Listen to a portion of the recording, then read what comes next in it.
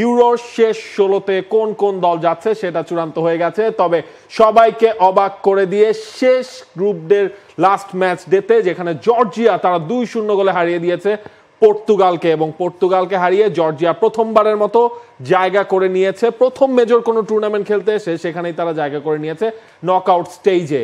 Georgia versus Portugal, শুরুটা হয়েছিল খাভরাজকেলিয়ার 1.5 মিনিটে সেই গোল, পর্তুগাল সেই যে পিছিয়ে পড়লো, এই ম্যাচে তাদের আর কোনো দেখাই ছিল না।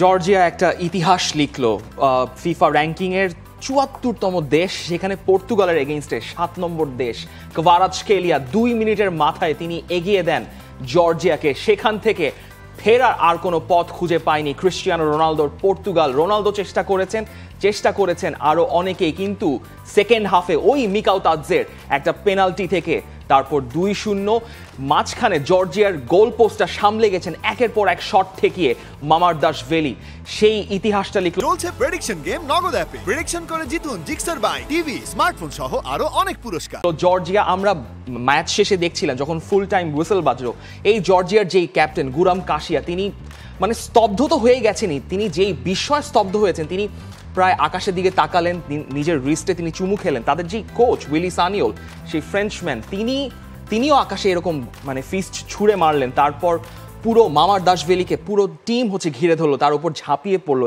এই উদযাপনটা আসলে পুরো দেশের জন্যই উদযাপন, তাদের দেশে তো ডেফিনেটলি উদযাপন হয়েছে, তবে এটা একটা ঐতিহাসিক দিন এবং সম্ভবত ইউরোর ইতিহাসে সেটা আমরা আইসল্যান্ডের সেই জয়টা দেখেছি, ইংল্যান্ডের সেই রূপকথাটা দেখেছি, ওয়েলসের সেমিফাইনালে যাওয়া দেখেছি, সেটা আরেকটা ডিফারেন্ট ফিট। তবে জর্জিয়ার এই বিজয়টা, এটা ডেফিনেটলি সম্ভবত ইউরোর ইতিহাসের অন্যতম সেরা একটা দিন। তবে পর্তুগাল তারা এই ম্যাচটা শুরু করেছিল, এই ম্যাচের জন্য তাদের স্টার্টিং 11-এ 8টা চেঞ্জ তারা করেছিল, কারণ অলরেডি পর্তুগাল কোয়ালিফাই করে ফেলেছিল আসলে রাউন্ড অফ 16।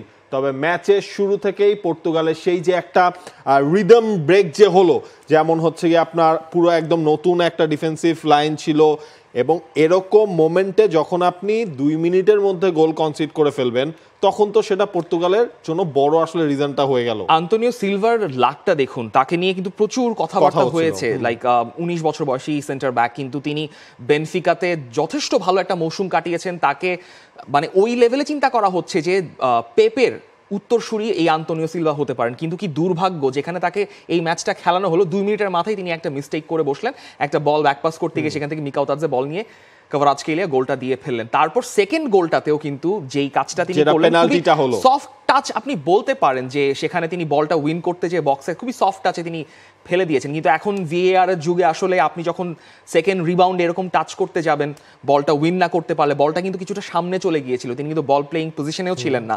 সো খুবই আনফর্চুনেট আন্তোনিও সিলভার জন্য, কিন্তু পর্তুগালের জন্য হয়তো অতটাও আনফর্চুনেট না, কারণ পর্তুগাল যথেষ্ট চেষ্টা করেছে। যখন ফার্স্ট হাফ শেষ হলো সেখানে কিন্তু জর্জিয়ার গোল অন শট ছিল সম্ভবত 2টা, আর সেখানে পর্তুগাল অলরেডি 11টা শট নিয়ে ফেলেছে, পুরো ম্যাচে 22টা শট নিয়ে, পুরো ম্যাচে 22টা শট। এবং আপনি মানে আমরা তো ডেফিনেটলি এখানে মিকাও তাদজে কভারাজকেলিয়ার কথা বলবোই জর্জিয়ার হয়ে, কিন্তু মামারদাশভিলি এই লাস্টের দিকে নেলসন সেমেদোর যে একটা সেভ দিলেন, ভ্যালেন্সিয়ার যে গোলকিপার, তিনি একদম লাস্ট মোমেন্টে তো নেলসন সেমেদোর সেভটা করেছেন।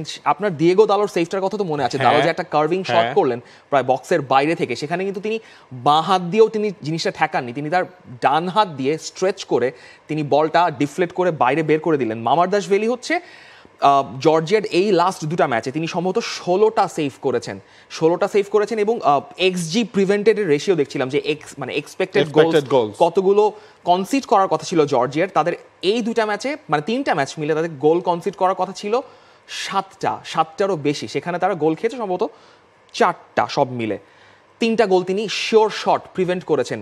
আমরা যতই মিকাও তাদজের নাম নেই, আমরা যতই কভারাজকেলিয়ার নাম নেই, মামারদাশভিলি ডেফিনেটলি এই জর্জিয়ার যে বিজয় গাথাটা লেখা হয়েছে সেখানে Mamardashvili was a huge protagonist. কিন্তু হোয়াট আ ডে ফর জর্জিয়ার প্রেসিডেন্ট পর্যন্ত তিনি বলছেন যে এটা আসলে তাদের জন্য একটা মিরাকল গিফট করেছেন তাদের জর্জিয়ার প্লেয়ার। মানে খুব স্বাভাবিকভাবে আপনার এই টুর্নামেন্ট যখন শুরু হয়েছে, এর আগেও কেউ হচ্ছে জর্জিয়াকে এই গ্রুপ থেকে হয়তোবা যে তারা কোয়ালিফাই করবে সেটা কেউ ভাবতে পারে, এবং প্রথমে তারা হচ্ছে টার্কির এগেনস্টে তারা হেরে শুরু করলো, পরের ম্যাচটাও ড্র হলো চেকিয়ার এগেনস্টে, শেষ ম্যাচে এসে তারা সবকিছু আসলে বদলে দিল।